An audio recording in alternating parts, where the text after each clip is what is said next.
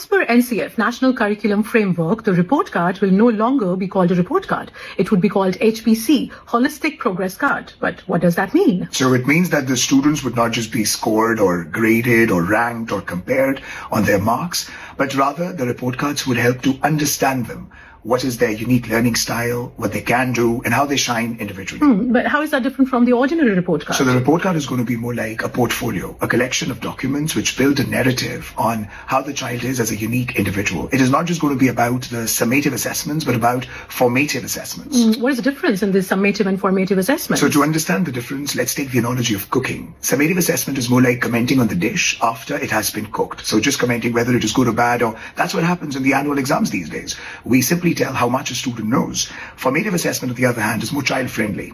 It's like commenting on the dish while it is being cooked. So saying things like, don't add too much salt, or don't stir it like that, stir it this way. So kind of directing the student towards the desired learning goals. So how will the students be scored if there are no grades or marks? So rather than the grades or marks, there will be something called a learning trajectory, wherein they will divide the learning journey into 3 stages, like beginners, progressing, and proficient. What is the difference? So beginner is somebody who tries to achieve something but needs a lot of support from the teacher. Progressing is the one who achieves something but with some or occasional support from the teacher.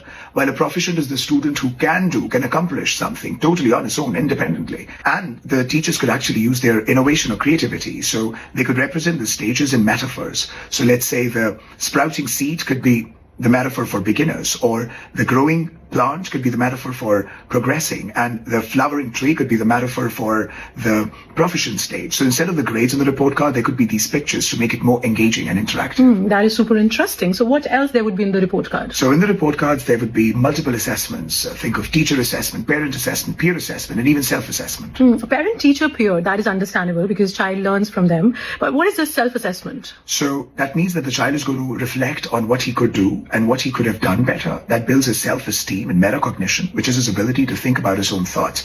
Also, the teachers are going to add their checklist, the parameters they use to make observations, and the anecdotal notes, which they're going to collect as evidence of what they observed at the time of their assessments. And what about the scaffolding part? So scaffolding stands for the actionable steps or initiatives the teachers took to guide the students towards this learning journey. Wow, it truly sounds like a holistic progress card. All the best. All the best.